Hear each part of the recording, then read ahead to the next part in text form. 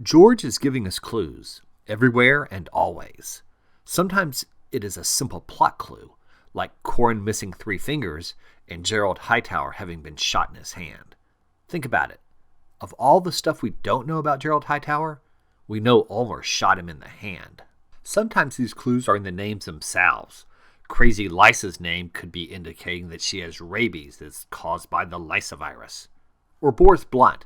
He definitely has recessive inherited Blunt's disease because George almost immediately tells us he has bandy legs. These clues go on and on. Some clues are the characters acting out a pantomime of past events. Some clues come from all the iconology. And maybe sometimes the clues are just little text jokes George is playing on us. From the shoulders of giants, Sir Steffon here, with a tiny, tiny bit of misty rain that is flooding the river on R+L J. Many people in the A Song of Ice and Fire community think that one of Tyrion's fathers was the sometimes sane Aerys Targaryen, second of his name. The upshot of this is that Tyrion, of course, would ostensibly be Rhaegar's brother, making Jon his nephew.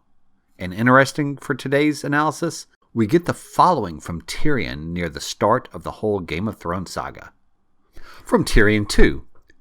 They had left Winterfell on the same day as the king, amidst all the commotion of the royal departure, riding out to the sound of men shouting and horses snorting, to the rattle of wagons and the groaning of the queen's huge wheelhouse as light snow flurried about them. The King's Road was just beyond the sprawl of the castle and town.